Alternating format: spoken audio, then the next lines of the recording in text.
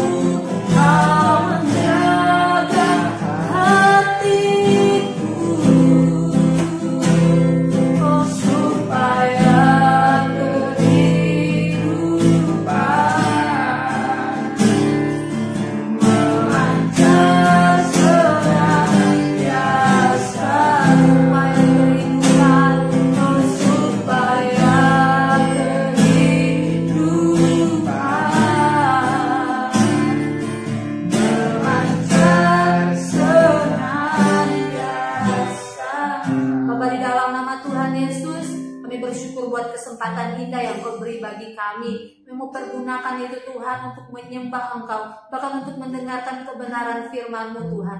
Kami siapkan hati kami Tuhan untuk ditaburi oleh benih kebenaran firman-Mu. Mari berbicara pada setiap kami. Kami bersyukur Tuhan dalam nama Tuhan Yesus Kristus. Haleluya. Amin.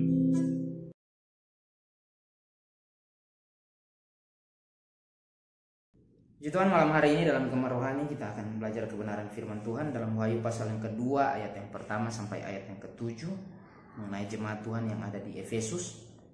Kita akan belajar juga jemaat-jemaat Tuhan yang lainnya. Ada 7 gereja Tuhan di Asia kecil, tetapi jemaat yang pertama yang akan kita pelajari adalah jemaat Tuhan yang ada di Efesus. Wahyu pasal 2 ayat yang pertama sampai ayat yang ke-7. Tuliskanlah kepada malaikat jemaat di Efesus, inilah firman dari Dia yang memegang ke-7 bintang itu di tangan kanannya dan berjalan di antara ke-7 kaki dian emas itu. Aku tahu segala pekerjaanmu, baik jeripayamu maupun ketekunanmu. Aku tahu bahwa engkau tidak dapat sabar terhadap orang-orang jahat, bahwa engkau telah mencobai mereka yang menyebut dirinya rasul, tetapi yang sebenarnya tidak demikian, bahwa engkau telah mendapati mereka pendusta. Dan engkau tetap sabar dan menderita oleh karena namaku, dan engkau tidak mengenal lelah. Namun demikian aku mencela engkau karena engkau telah meninggalkan kasihmu yang semula. Sebab itu ingatlah betapa dalamnya engkau telah jatuh. Bertobatlah dan lakukanlah lagi apa yang semula engkau lakukan. Jika tidak demikian, aku akan datang kepadamu dan aku akan mengambil kaki dianmu dari tempatnya jikalau engkau tidak bertobat. Tetapi ini yang ada padamu, yaitu engkau membenci segala perbuatan pengikut-pengikut Nikolaus yang juga kubenci. Siapa bertelinga hendaklah ia mendengarkan apa yang dikatakan Roh kepada jemaat-jemaat. Barang siapa menang, dia akan kuberi makan dari pohon kehidupan yang ada di taman Firdaus Allah. Ada 2 buah cincin emas putih yang tampak dari luar itu sama, beratnya maupun besarnya itu sama. Tetapi ketika dibawa kepada tukang emas, maka cincin ini memiliki nilai kemurnian yang berbeda. Yang satu bernilai 18 karat dan yang satu bernilai 24 karat. Dari luar tampaknya sama, tetapi justru nilai kemurnian dari cincin emas ini berbeda. Manakah yang lebih murni? Tentu saja cincin emas yang bernilai 24 karat itu adalah cincin emas yang murni. Dari konteks ini, di dalam Wahyu pasal yang kedua ayat yang pertama sampai ayat yang ke-7, saya menggambarkan bahwa emas yang murni itu berbicara tentang kasih. Di ayat yang keempat dikatakan bahwa Tuhan mencela jemaat Efesus oleh karena mereka meninggalkan kasih yang semula itu, sehingga mereka kehilangan kasih yang murni itu. Dalam ayat lain berkata, dalam Injil Matius 24 ayat yang ke-12 berkata, ketika kedurhakaan itu bertambah, maka kasih itu akan menjadi dingin. Coba kita flashback 5 atau 10 tahun ke belakang, bagaimana kasih kita kepada Tuhan. Kita berdoa, kita merenungkan dan membaca firman Tuhan. Apakah spirit itu masih bertahan sampai saat ini? Atau kasih itu sudah mulai hilang? Dari sini kita akan pelajari tentang kasih yang murni itu, supaya kita tidak kehilangan kasih kita kepada Tuhan. Kasih itu membuat kita bernilai, berharga, dan mulia di hadapan Tuhan. Kasih itu menerima kita apa adanya. Kasih itu memberikan kepada kita kemenangan. Yang pertama, berbicara tentang kasih yang murni adalah kasih yang membuat kita mulia dan berharga.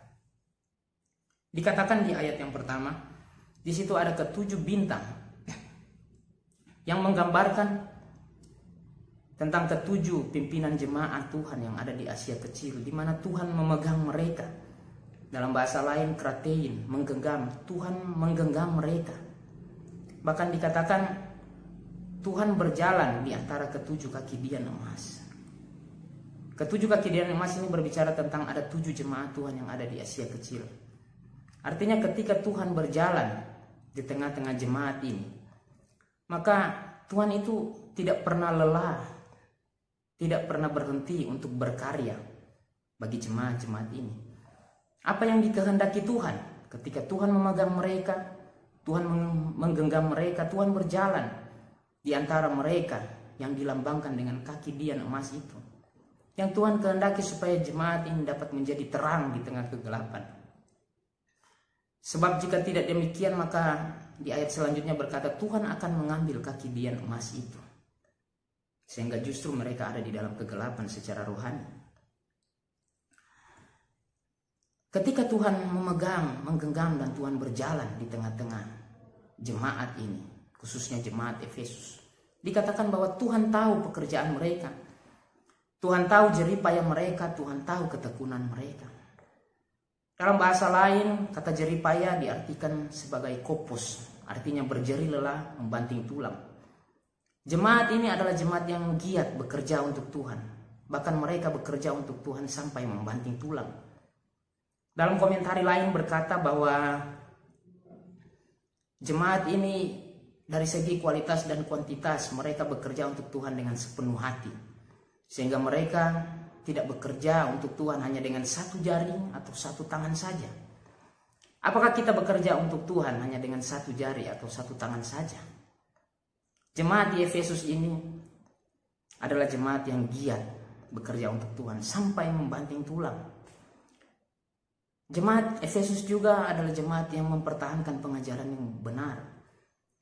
Mereka mendapati para rasul adalah rasul yang palsu dan pengajaran para rasul adalah pengajaran yang sesat. Mereka pun mempertahankan nama Yesus. Pada waktu itu kaisar dianggap Tuhan, tetapi mereka membela Yesus itu adalah Tuhan. Kalau kita melihat sekilas, jemaat ini adalah jemaat yang sempurna. Dari giatnya mereka bekerja untuk Tuhan, mempertahankan pengajaran yang benar, mempertahankan nama Yesus itu. Sepertinya mereka adalah jemaat yang sempurna, tetapi justru di balik semuanya itu ada sesuatu yang hilang dari jemaat ini. Mereka meninggalkan kasih yang semula itu. Sama halnya ketika bangsa Israel diperingatkan oleh Tuhan di dalam Yeremia pasal yang kedua, ayat yang kedua. Dikatakan di situ bahwa aku mengingat kasihmu pada masa mudamu. Aku mengingat cintamu pada waktu engkau menjadi pengantin di padang gurun.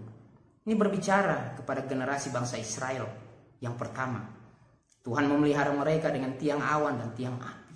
Pada siang dan malam hari, peristiwa sebelumnya ada laut teberaut, Tuhan menyatakan kuasanya. Tetapi masuk pada kitab Hakim-Hakim, justru disitulah generasi kedua bangsa Israel yang membuat Tuhan sakit hati terhadap mereka hanya karena mereka telah menjadi dingin di hadapan Tuhan. Kalau kita melihat di dalam kitab Wahyu ini, di sini berbicara tentang jemaat Tuhan yang ada di Efesus. Ada tafsiran berkata bahwa ini adalah generasi kedua dari jemaat yang ada di Efesus.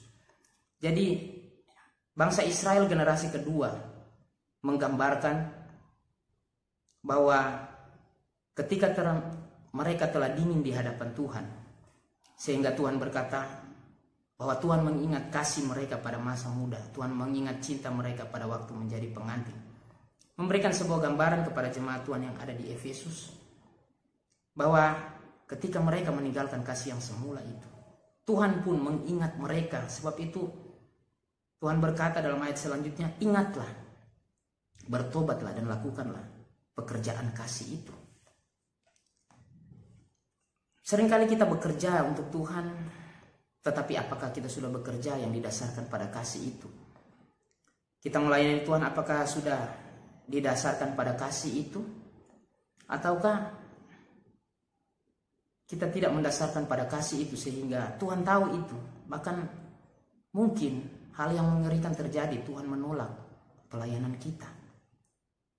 Sama seperti jemaat Tuhan yang ada di Efesus. Mereka mempertahankan doktrin itu, mempertahankan pengajaran yang benar. Mereka memburu para penyesat-penyesat itu, tetapi mereka telah mematikan cinta kasih mereka kepada Tuhan. Berbeda halnya dengan Maria yang justru menghidupkan cinta kasihnya kepada Tuhan.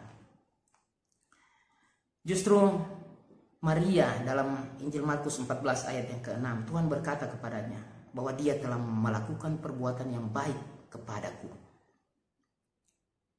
Dalam terjemahan lain berkata, "She has done a beautiful thing to me." Dia telah melakukan hal yang terindah kepadaku. Padahal kalau kita melihat para murid di situ berkata bahwa ketika dia mencurahkan minyak yang seharga 300 dinar itu adalah sebuah pemborosan. Karena pada konteks sebelumnya harga 200 dinar itu dapat memberi makan kepada 5.000 orang. Tetapi apa yang dilakukan wanita ini, minyak yang seharga 300 dinar, minyak narwastu yang mahal harganya ini, dia curahkan kepada Yesus. Sehingga Yesus berkata, dia telah melakukan perbuatan yang baik kepadaku. She has done a beautiful thing to me. Dia telah melakukan hal yang indah kepadaku. Apakah kita sudah melakukan hal yang terbaik untuk Tuhan? Apakah kita sudah melakukan hal yang indah kepada Tuhan? Ingatlah bahwa kasih itulah yang membuat kita mulia dan berharga di mata Tuhan. Jika kita mulia dan berharga di mata Tuhan, lakukanlah yang terbaik, lakukanlah yang terindah untuk Tuhan. Yang pertama, bicara tentang kasih yang murni adalah kasih yang membuat kita mulia dan berharga. Yang kedua, kasih itulah yang menerima kita apa adanya. Di sini bukannya Tuhan melanjutkan pujian kepada jemaat ini, tetapi justru Tuhan mencela mereka. Awalnya mereka memang dipuji oleh Tuhan karena mereka giat bekerja untuk Tuhan, mempertahankan pengajaran yang benar, membela nama Tuhan. Tetapi justru ada yang salah dari jemaat ini. Memang pengajaran yang benar ada di situ, pekerjaan Tuhan ada di situ. Bahkan membela nama Yesus itu ada di situ juga. Adalah sebuah kebenaran yang mereka lakukan. Tetapi kasih itu tidak lagi berada di situ. Mereka telah meninggalkan kasih yang semula itu. Sehingga membuat Tuhan menegur mereka. Sebab itu Tuhan berkata di ayat selanjutnya, "Ingatlah betapa dalamnya engkau telah jatuh. Bertobatlah dan lakukanlah pekerjaan kasih." Ingatlah, isi di sini mengandung pengertian bahwa gereja ini atau jemaat ini telah kehilangan arahnya. Bertobatlah memberikan sebuah pengertian bahwa mereka harus menyadari kesalahan mereka. Dan kemudian lakukanlah, mereka harus bertindak dan melakukan kembali pekerjaan kasih itu. Ini sama halnya seperti anak yang hilang. Ketika anak ini pergi dari rumah bapaknya, dan pada suatu saat dia mengalami kesusahan di situ, maka di dalam kesusahan itu dia mengingat bahwa di rumah bapaknya itu banyak makanan, sedangkan dia di tempat itu mati kelaparan. Ada reaksi pertobatan dari anak ini sehingga dia berkata, "Aku akan pergi kepada Bapa dan akan berkata bahwa aku telah berdosa terhadap surga dan terhadap Bapa." Dan kemudian dia bertindak, dia melakukan. Dia pergi, dia bangkit, dan dia kembali kepada rumah Bapa itu. Bapaknya berbelas kasihan, menyambut dia, memeluk dia, menerima dia, bahkan membuatkan pesta untuk dia. Betapa indahnya ketika kita kembali kepada kasih itu. Karena kasih itu menerima kita apa adanya. Fondasi kekristenan itu dapat berubah. Oleh karena sesuatu hal yang nyata pun dapat berubah sehingga membuat cinta kita, kasih kita kepada Tuhan itu pun dapat berubah. Tetapi ada kasih Tuhan yang tidak dapat berubah. Kasih itulah yang memberikan peluang kepada kita untuk kita dapat memulihkan dan merestorasi cinta kasih kita yang pudar kepada Tuhan. Sekarang yang Tuhan tuntut bagi jemaat Efesus adalah supaya mereka setia dan kesetiaan mereka itu tidak terbagi lagi. Mereka harus mengubah cara hidup mereka, gaya hidup mereka, dan berpaling 180 derajat supaya mereka dapat kembali kepada kasih itu. Sama seperti dengan Simon Petrus. Dia sudah kembali kepada profesi lamanya, yaitu menjala ikan. Pada waktu mereka mengetahui bahwa Yesus mati. Tetapi ketika Yesus bangkit, Yesus menampakkan diri kepada Simon Petrus untuk menyatakan bahwa dia harus kembali kepada kasih itu, yaitu menjadi penjala manusia. Sebab itu ada 3 pertanyaan yang dipertanyakan oleh Yesus kepada Simon Petrus, menunjukkan bahwa 3 pertanyaan kasih ini adalah bukti nyata bahwa Petrus pernah menyangkal Yesus sebanyak 3 kali. Yesus berkata, "Simon, anak Yohanes, apakah engkau mengasihi aku?" Dia menjawab bahwa, "Engkau tahu Tuhan bahwa aku mengasihi engkau." Tetapi justru pertanyaan yang pertama dan pertanyaan yang kedua dari Yesus itu ditanyakan dengan kasih agape. Tetapi justru Petrus menjawab dengan kasih pileo, baik pertanyaan yang pertama maupun kedua. Kenapa? Karena Petrus tahu dia tidak mampu mengasihi Tuhan dengan kasih agape. Karena Petrus pernah menyangkal Yesus yang pertama kali, bahkan yang kedua kali. Bahkan ketiga kali Petrus pun pernah menyangkal Yesus. Ketika Yesus pun bertanya dengan kasih pileo, bukan lagi dengan kasih agape pada pertanyaan yang ketiga. Petrus pun tidak mampu menjawab dengan kasih agape itu, karena dia tahu dia pernah menyangkal Yesus yang ketiga kali. Tetapi justru pada pertanyaan yang ketiga, Yesus bertanya dengan kasih pileo. Justru di situ Petrus terharu, Petrus bersedih dan berduka hatinya. Dalam bahasa lain dikatakan lupeo. Dia bersedih, dia bersusah hati ketika ditanyakan dengan kasih pileo. Kenapa? Karena dia memahami di dalam keterbatasan, di dalam kelemahannya, Tuhan menerima dia apa adanya. Kasih itu menerima kita apa adanya. Sudah berapa jauh hubungan kita dengan Tuhan? Apakah kita sudah meninggalkan Tuhan? Apakah kita sudah jauh daripada Tuhan? Ingatlah bahwa kasih itu menerima kita apa adanya. Terkadang kita mempersalahkan diri kita, keadaan di sekitar, bahkan kita mempersalahkan Tuhan. Kenapa kita tidak berpikir tentang Tuhan? Memang ketika kita berpikir tentang Tuhan saja, belum tentu persoalan itu dapat selesai seketika itu juga. Tetapi justru ketika kita berpikir tentang Tuhan dalam situasi yang sulit, kita sedang memberikan peluang supaya Tuhan dapat menyatakan kasih-Nya kepada kita. Ingatlah bahwa keadaan dapat dipersalahkan, diri kita dapat dipersalahkan, tetapi Tuhan itu tidak pernah salah. Keadaan bisa terhilang, diri kita itu pun dapat terhilang, tetapi Tuhan tidak pernah hilang. Tuhan ada, Dia menyambut kita, Dia menantikan kita dengan kasih-Nya. Kembalilah kepada kasih itu, karena kasih itu menerima kita apa adanya. Yang ketiga, kasih itu memberikan kemenangan kepada kita. Dikatakan di ayat yang selanjutnya, siapa bertelinga hendaklah dia mendengar apa yang dikatakan Roh kepada jemaat-jemaat. Di situ ada pengikut Nikolaus, ada ajaran Nikolaus yang berarti menaklukkan orang. Tetapi pada jemaat Efesus mereka tidak dapat taklukan. Berbeda dengan jemaat Pergamus dan Tiatira. Jemaat itu berkompromi dan mengikuti ajaran Nikolaus. Tetapi jemaat Efesus tidak dapat ditaklukkan. Sehingga Tuhan menjanjikan kepada mereka, barang siapa menang akan Tuhan beri makan pohon kehidupan yang ada di Taman Firdaus Allah. Kata kemenangan di sini menunjukkan pengertian bahwa dia yang sedang menang. Tetapi apakah jemaat Efesus di sini mengalami kemenangan? Justru mereka tidak melakukan apa yang diperintahkan Tuhan.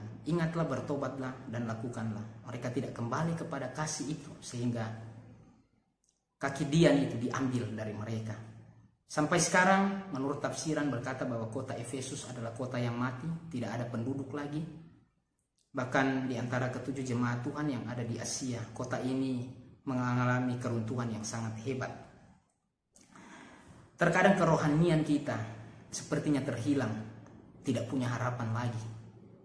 Bahkan ada di dalam sebuah kegelapan, kemana kita harus melangkah dan berjalan ketika jalan itu buntu. Sama seperti jemaat Tuhan yang ada di Efesus, ketika Tuhan mengambil kaki Dian itu, maka status jemaat mereka pun diambil. Mereka mengalami kegelapan rohani secara total. Yang menjadi refleksi kita, yang akan saya hantarkan kita supaya kita memahami dan mengerti, di dalam Markus pasal yang ke-5, ayat yang ke-5 sampai ayat yang ke-8. Di situ kita melihat bahwa orang Gerasa ini sepertinya tidak ada jalan lagi. Dia putus asa. Dia dirantai, dia diikat, dia dibelenggu oleh karena dia mengalami kenajisan yang sempurna. Karena orang Gerasa ini, dia mengalami 4 kenajisan. Kenajisan yang pertama, dia najis karena dia kerasukan roh najis itu. Dan kenajisan yang kedua, dia adalah orang bukan Yahudi dan dia berada di daerah bukan Yahudi. Kenajisan yang ketiga, dia ada di pekuburan, mayat itu tidak dapat disentuh karena itu najis. Kenajisan yang keempat, dia berada bersama dengan babi-babi itu. Dalam peristiwa selanjutnya, Yesus mengusir roh-roh jahat ini masuk kepada babi-babi itu. Dia mengalami kenajisan yang sempurna. Dari penulis Markus menunjukkan bahwa ada bahasa keputusasaan di dalam Markus pasal yang ke-5, ayat yang ke-5 sampai ayat yang ke-8. Oleh karena kenajisannya, dia diikat, dia dirantai, dan dia dibelenggu, bahkan dia dianggap sudah mati. Tetapi justru kepada satu orang ini, Tuhan mencari dan menemukan dia. Di dalam peristiwa sebelumnya, ada peristiwa angin ribut diredakan. Yesus bersama dengan para murid melintasi danau itu, menyeberang danau itu, sekalipun danau itu ribut dengan ombak, dengan angin, tetapi diredakan oleh Tuhan. Tetapi tujuan Yesus adalah tujuan yang mulia. Dia bersama dengan para murid menyeberangi danau itu untuk supaya dia menyelamatkan orang ini. Dia mencari orang ini dan kemudian menyembuhkannya. Kenapa? Orang lain sudah menganggap dia mati, tetapi justru kasih Tuhan itu memberikan kemenangan. Dia mencari orang ini karena tujuan Yesus adalah mencari dan menyelamatkan yang hilang. Sama seperti 2 buah cincin emas putih tadi. Dari tampak luar itu sama, tetapi ketika diselidiki, kemurniannya ternyata berbeda. Kalau kita melihat jemaat Tuhan yang ada di Efesus meninggalkan kasih yang murni itu sehingga membuat mereka jatuh begitu dalam. Hal ini bukan melemahkan iman kita, justru hal ini membangkitkan iman kita sehingga kita tidak akan kehilangan kasih itu. Karena kasih itulah yang membuat kita berharga dan mulia. Kasih itulah yang menerima kita apa adanya, dan kasih itulah yang memberikan kepada kita kemenangan. Ini firman Tuhan. Tuhan Yesus memberkati.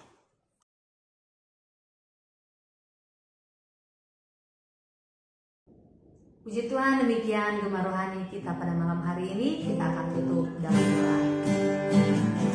Seperti Bapa sayang anaknya,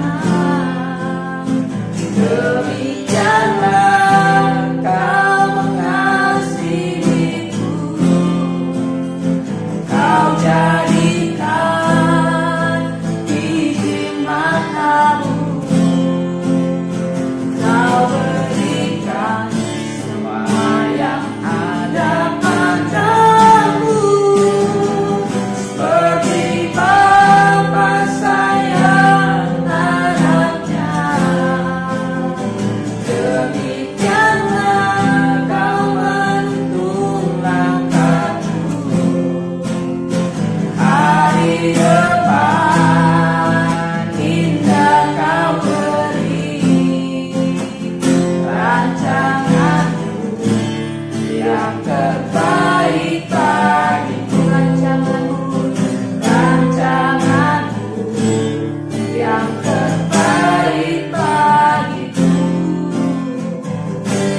Bapa, kami bersyukur atas kasih-Mu dalam hidup kami.